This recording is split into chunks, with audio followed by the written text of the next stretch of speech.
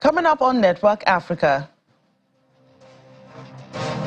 anti-sanctions protest kicks off in Niger's capital, Niamey.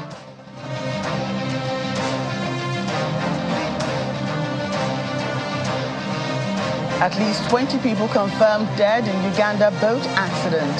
Plus,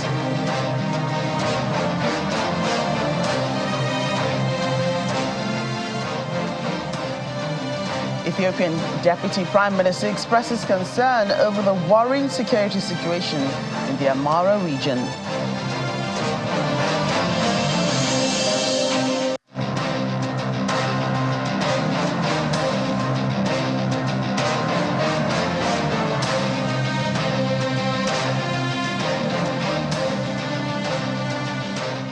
Hello and welcome to the program. I'm Joke Rogers. Supporters of Niger's junta planned a march in the capital, Niamey, today to protest sanctions imposed by the West African bloc, ECOWAS, and demands the departure of French troops which are stationed in Niger to help it fight an Islamist insurgency. Protesters gathered at a square in central Niamey to show their support for last week's military coup. Today also marks the 63rd anniversary of Niger's independence from France. U.S. President Joe Biden said in a statement marking the day that Nigerians had the right to choose their own leaders. However, despite this show of support for the men who overthrew the president, many in Niger are against the coup. Meanwhile, the self-declared new leader of Niger, Abdurrahmane Tiani, said the country is on a transitional path to democratic elections 1 week after he ousted democratically elected President Mohamed Bazoum. The Economic Community of West African States has imposed sanctions on Niger and said it could authorize the use of force if the coup leaders do not restore Bazoum's presidency within a week from last Sunday. The bloc also sent a delegation to Niger on Wednesday to negotiate with the military officers who seized power, hoping to find a diplomatic solution before they have to decide whether or not to intervene.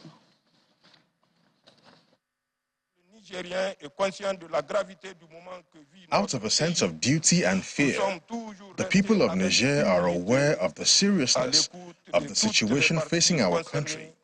We have always been humble enough to listen to all the parties concerned and open to dialogue, so that once everyone's emotions have subsided, we can work together to create the conditions for a peaceful transition, leading in a relatively short and reasonable time to general elections.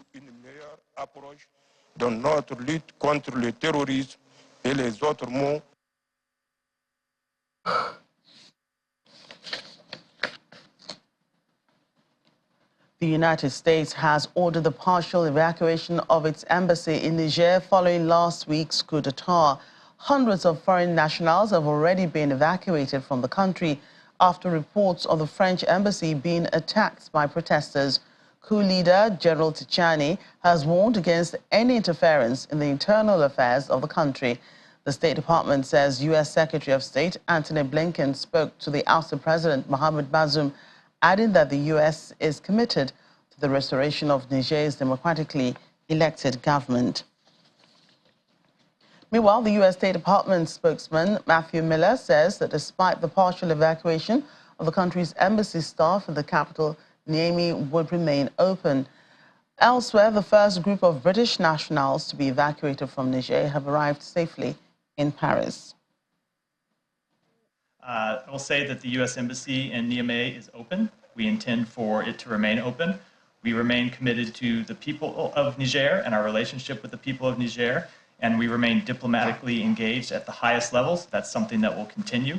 I will also say that the safety and security of our personnel and of U.S. citizens overseas is our highest priority. We constantly monitor events on the ground and make decisions based on what's appropriate to safeguard our personnel. We're monitoring the situation on the ground and making the decisions we need to ensure their security now, but I don't have any further announcements at this time. I would say generally the situation in Niamey remains calm. It is a fluid situation. We continue to monitor it, and we will make whatever decisions are appropriate regarding the safety of our personnel in the embassy as well as U.S. citizens on the ground.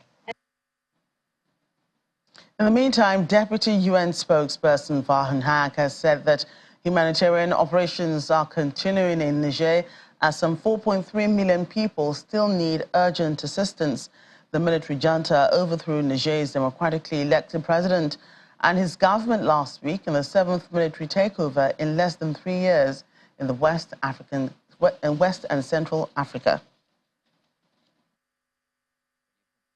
Niger, the UN Office for the Coordination of Humanitarian Affairs and its partners remain committed to delivering assistance to the most vulnerable people in the country. Humanitarian operations continue uninterrupted, and road movements are possible and have been authorized. On Monday, the UN Humanitarian Air Service, UNHAS, organized special flights to Diffa, Tawa, and Agadez to transport staff from the UN and our partners following authorization previously obtained by the transitional authorities. As you'll recall, some 4.3 million people in Niger, the vast majority of whom are women and children, need humanitarian aid. OCHA stresses that all parties must continue to respect humanitarian principles and allow for unhindered access for humanitarian workers to all people in need across the country. In the meantime, Nigerian residents have reacted to Nigeria cutting off power supply to the country, claiming power supply has not been stable over the past 5 years. On Wednesday, the Transition Company of Nigeria confirmed it had cut off power supply to Niger after coup leaders announced they had seized power. The move came days after ECOWAS imposed a number of sanctions on the country, urging member states to observe and cut off relations over the ousting of President Mohamed Bazoum. Speaking to Channels Television, the respondents who spoke in Hausa language said they had turned to other alternatives of power supply and do not feel any change following the TCN's move. Let's get more on this. Joining me now is Dr Ambrose Ibeke, Chairman, Enugu State Chapter of the Guild of Public Affairs Analysts of Nigeria. He joins me from Enugu State. Glad to have you today on the program. Thank you for having me. Good afternoon. Good afternoon. So it's good to have you. Let's begin with your assessment of the coup d'etat in Niger so far. Do you think the military takeover could have been avoided? Yes, it could have been avoided because the military has not fared any better in providing good governance for the African continent. We'll remember that the wave of independence for a lot of African countries started in the late 50s, from 1958 upward.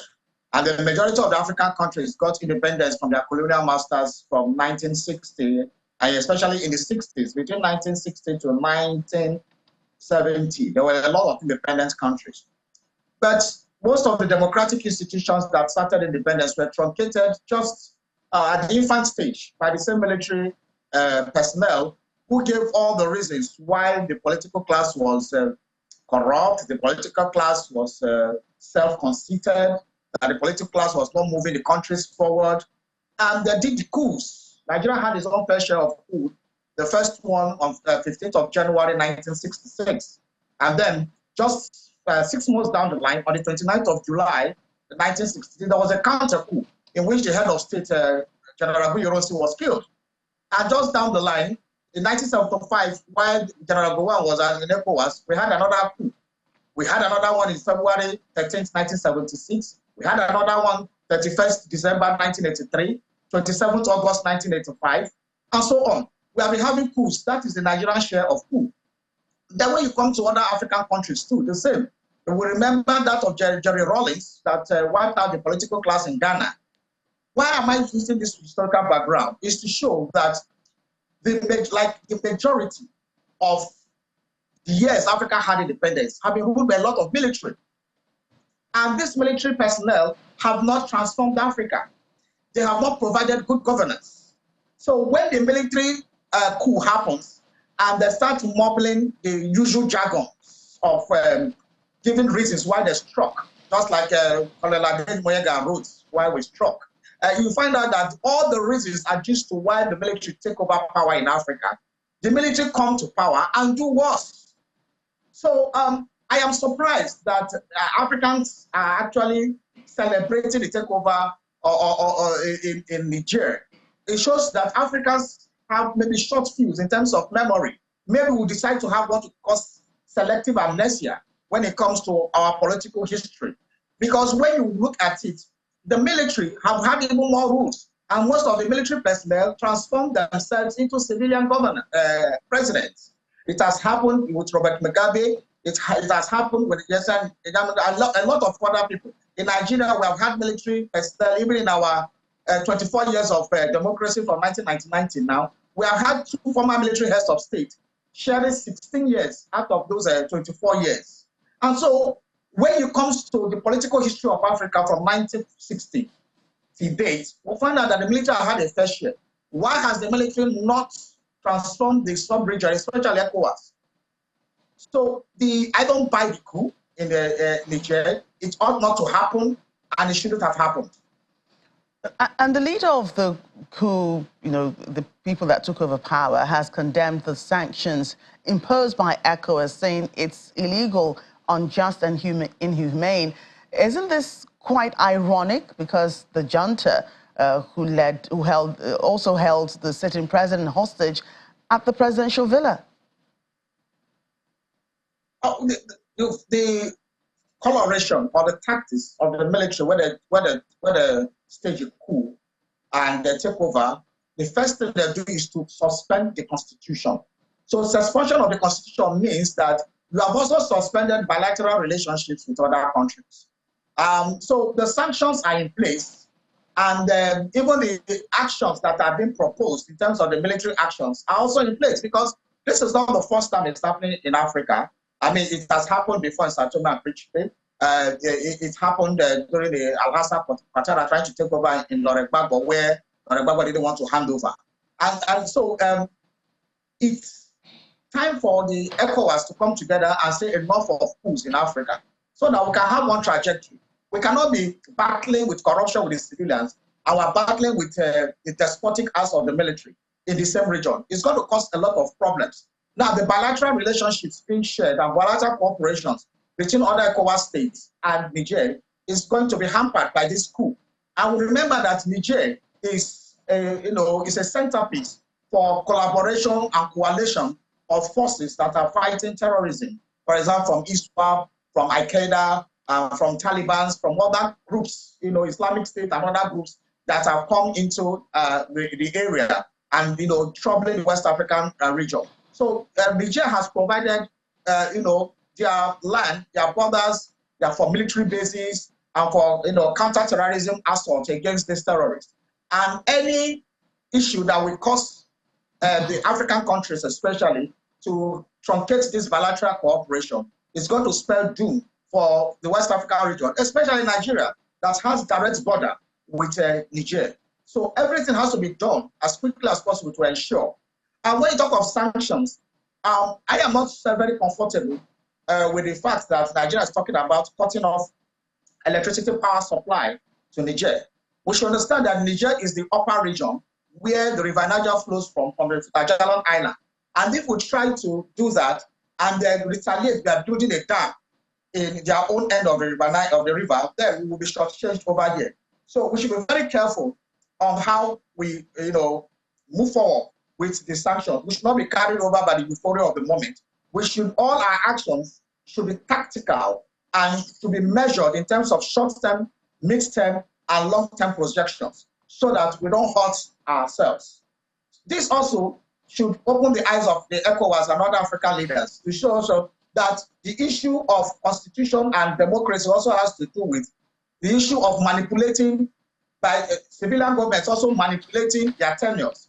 We see government people manipulating the constitution to have third term, fourth term, fifth term. Some of them have even transformed to life presidents. That should not be allowed to happen also in Africa. So we have to tackle these issues of political culture in Africa holistically and ensure that Africa as a continent have democratic progressiveness, so that we can, move up and talk about how to make life better for Africans instead of these pseudo arrangements we are having every day.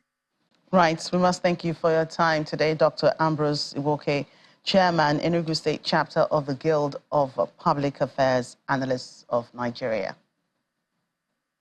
Thank you very much for having me. Welcome back. At least 20 people have died after a boat capsized in Ugandan waters on Lake Victoria. According to a statement from the police, the overloaded boat was believed to have had 34 people on board when the accident happened on Wednesday, and 9 were rescued. The statement adds that the boat had also been carrying bags of charcoal, fresh food, silverfish, among other items. They attributed the cause of the accident to overloading and bad weather. However, rescue efforts by joint police, military and local community teams are underway to locate those who are still missing. The Ethiopian Deputy Prime Minister and Foreign Minister Demeke Mekonnen has expressed concern over the worrying security situation in the Amhara region. Since April, the security situation there has been deteriorating following the decision to disband the region's state-backed paramilitary group. The military has been engaged in an offensive against armed groups in the region. Fighting continues to be reported in several areas of the region between local militias and government troops. According to the residents, clashes are taking place on the outskirts of Gondar, one of the biggest cities. Transport services have also stopped as a result of intense fighting around the city's airport. We're now in Senegal, where authorities have blocked access to social media app TikTok, widening a clampdown on dissent days after they dissolved the country's main opposition party and took its leader into custody. A power struggle between opposition leader Ousmane Sonko and President Macky Sall has triggered at times violent demonstrations and damaged Senegal's reputation as the most stable democracy in West Africa. Senegal dissolved the opposition party and restricted access to internet services on Monday, citing threats to the stability of the country. Its communications minister used a similar justification to block TikTok. South Sudan is simultaneously drowning and drying as the climate crisis tightens its grip on the country. According to authorities, a unique combination of catastrophic floods and devastating droughts are driving hunger to unprecedented levels as access to food is pushed out of reach of families who were previously able to feed themselves. 4 consecutive years of record flooding has led to widespread displacement, the destruction of livelihoods and the loss of arable land. In this particular state is really bad. It has one of the highest malnutrition rates in all of South Sudan. So 1 in every 5 child is suffering from acute malnutrition here. And the numbers here are as high as 200,000 children who are in need of treatment. Unfortunately, we only have the resources as the World Food Programme to feed 62,000 of the 200,000 that are in need. Let's now bring you a developing story coming out of South Africa, where the cause of the devastating explosion that rocked the Johannesburg Central Business District 2 weeks ago has now been identified as methane gas. The city government, which briefed the media, however, is still not sure of the source of the gas. The explosion, which occurred on Lilian Ngoyi Street, left a trail of destruction, damaging approximately 400 meters of the busy road. 1 person died in that incident, while 48 people were injured. According to the city manager, Floyd Brink, the estimated cost to repair the extensive damage stands at 178 million rands. What was the cause? And I think this is something that I've been asked for some few days now. What is the cause? What was the cause? The type of the gas that has fueled the explosion is methane. We can say it with certainty, it's methane. Now, you would know that methane is lighter than air, so usually methane will then basically rise. It will then go up. It traveled up all along the service tunnel from an unknown source to the crest of the tunnel near the Van Brandes Street. Now, the team will also indicate you the speed at which it moved. It's anything between 350 to 1,700 meters per second. That is why if you had to look at the CCTV footage, you would have just seen it would have taken a second or 2 up until from the top part up to the part of Love Bay. Staying in South Africa, with communication being a barrier for the deaf in the country, The country has made a bold step to recognize sign language as one of its official languages. The measure was signed into law last month by South African President Cyril Ramaphosa, giving new hope for the deaf. Bongo Musa Manana, a 19-year-old student with hearing impairment who studies in a township south of Johannesburg, sees South Africa's move to recognize sign as an official language as a huge breakthrough that will help him get to university and make his dreams come true. Previously, the challenge was that when you go to police stations or inside a taxi, it's very difficult to communicate with people because I'm deaf, so I use signs, and people don't understand how to communicate with me. So now it was very, very hard to communicate at first. So now with the new bill that's been passed, I think that access is going to be much, much easier because now people will, it's going to be people at the police station, they need to have an interpreter for me, especially. So if I get to inside a taxi, people need to know that I am deaf. Whereas before it was an official language, it was really hard. There was absolutely no access. So my hopes for next year, I really want to go to university because previously, when it wasn't an official language, I really didn't think that I would be able to go to university. I used to have a lot of doubts. So now that it's an official language, I know that I can go to university and I can make my dreams come true. I can achieve anything. South African President Cyril Ramaphosa signed the legislation into law last month, recognizing sign as the country's 12th official language, alongside English, isiZulu, Afrikaans, and others, to help protect the rights of the hearing impaired and promote inclusivity. All official languages must enjoy parity, in other words, equality of esteem, and must be treated equitably. Boss, please. Thank you very much. Thank you very much for that beautiful presentation. Making sign language official. As you have heard, we will be joining 3 other countries on our continent who have preceded us, and we're very proud to join that group of countries that have advanced to the level of recognizing sign language as an official language. And we aim to advance the rights of people who communicate through sign language and to ensure that their dignity, their regard is uplifted in our society. Still, South Africa only has about 40 deaf schools and 1 tertiary institution that is fully accessible to deaf people, meaning there is still work to be done to improve that access. It is a very rich, beautiful language, but we need people who are going to be equipped enough to develop it even more so that at any university, we only have 1 college in South Africa that is fully accessible in sign language, a deaf college in Cape Town. In the whole country, we have 46 deaf schools, which is a shame. And we have just over 4 million deaf people. I mean, make the maths. According to World Atlas, an online site that studies demographics, only 41 countries recognize sign language as an official language. Just 4 of them in Africa: Kenya, South Africa, Uganda, and Zimbabwe. It has been a long journey for South Africa to get this far, and deaf students have been waiting for those barriers to be removed. Now that it's an official language, 19-year-old Manana's dreams will come true.